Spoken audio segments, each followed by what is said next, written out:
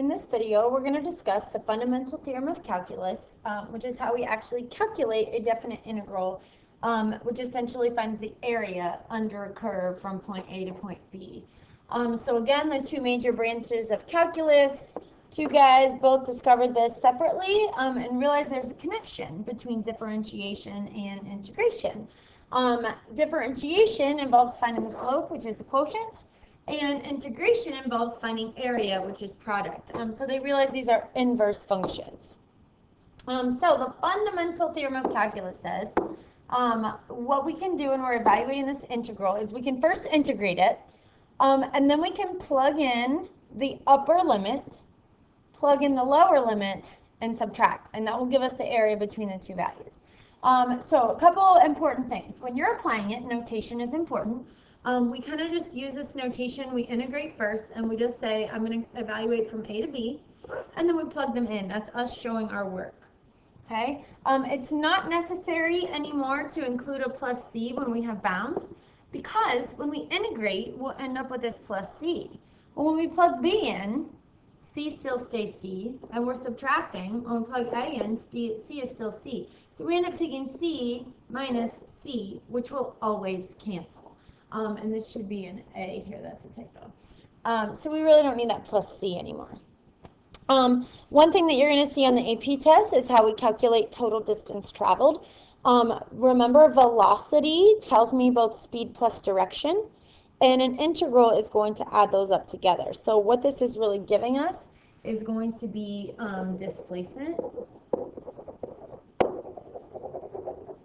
So if I were to, let's say, this is my house, if I were to run, let's say 3 miles, and realize I forgot something, go back and get it, and then run, let's say, so that I'm now 5 miles, when I integrate velocity, I'll get position, which would be 5 miles.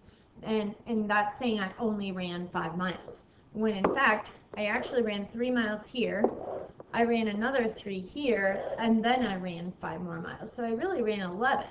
And so when we integrate the absolute value, what that allows us to do is counts this as a positive 3 instead of a negative. So it adds up all of our positive distances. It doesn't take into consideration that we went backwards 3. Average value will also be in the AP test. And so when we see this for an average, we think of adding them all up and dividing by how many we have. Well, remember, integration, the definition uses that summation. It's adding together all of the areas. So this is adding up all of our y values from A to B. So this is kind of like the range of values that we have. So if we subtract them, this divides by that value. Okay? And then our second fundamental theorem of calculus is also an important thing. And basically what this says is that I'm going to take a derivative of an integral. So these two effectively cancel each other out, and so we're just left with what we had. In the process, however, we do end up plugging in this upper bound. The lower bound will be a constant, so in the process of differentiating it, it actually turns back to 0. This form of the second fundamental theorem of calculus is actually probably more applicable because this is probably not going to be an x. This is going to be some function, kind of like a baby. So this says we're going to take the derivative of an integral. Again, these are inverse operations, so they cancel. And we're always left with whatever we had here to start with. In the process of integration, though, we are always going to plug in that upper bound. So we do have to plug that in our answer.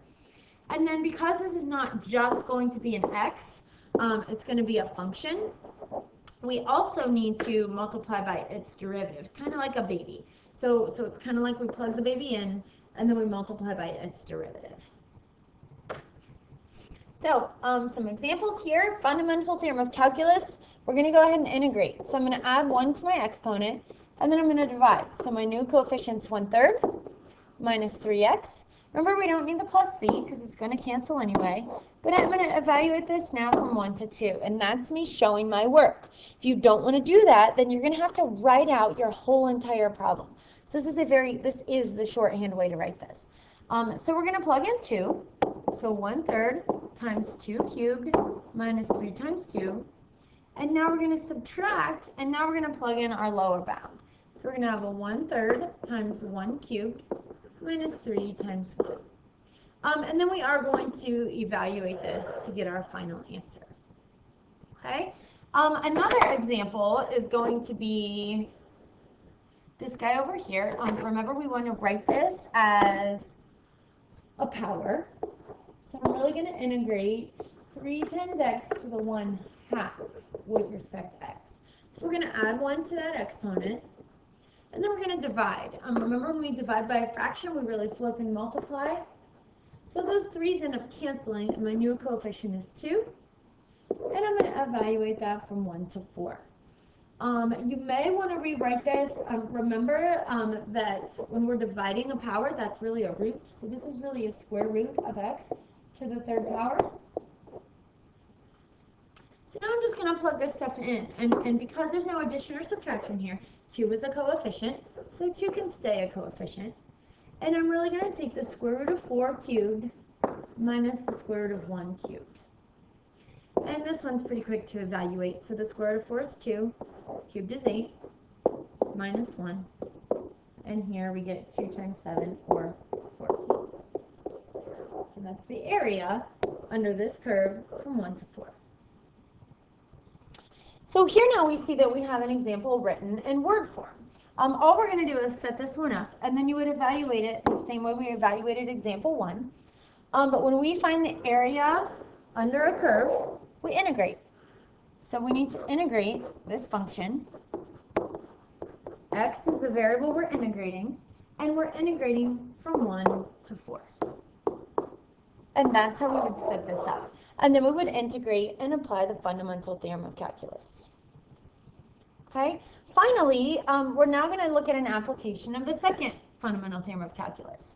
So the directions say find f prime.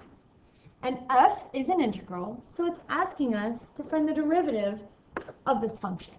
Well, remember that derivatives and integrals are inverse operations. So they're going to cancel out, and I'm going to be left with this function here. What happens in the process of integration is this will get plugged in, so it becomes cosine of x squared. And then in the process of differentiation, we would also apply the chain rule, which says anything we left in, we're then going to have to multiply by the derivative. And then this would be equivalent to f prime of x. If we actually did this the long way, we would get the same exact answer. And the long way would be that we would integrate this first, and then we would take the derivative of whatever we get. This way is just quicker.